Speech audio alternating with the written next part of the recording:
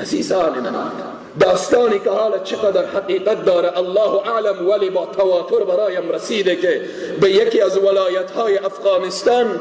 فرد از نانوایی یک نون را دزدی میکنه و نانوا دنبالش میدوه و او را به دروازه خانه اش میگیره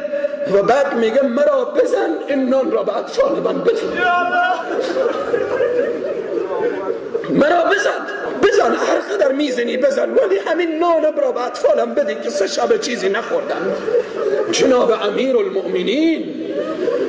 المؤمنین مولانا آخوندزاده ملا حبت الله، ملت به طرف شما نگاه میکنه، شما امیر المؤمنین هستید، امیر المؤمنین عمر ابن الخطاب، امیر المؤمنین عمر ابن عبدالعزیز. ما به عنوان یک طلبه دین اگر امارت اسلامی هم اعلان بکنه که ما امیر المؤمنین نداریم، حکومت اسلامی نداریم، اگر اعلان بکنه که ما بالاخره به این اون کار نداریم، والله العظیم که این حرفا را نمیزنم، والله العظیم این انتقادها و این توقعات را ندارم. به این عزیزان ملت خیلی مشکلات داره و مشکلات این ملت، درد این ملت، رنج این ملت نیاز به یک مرهم داره.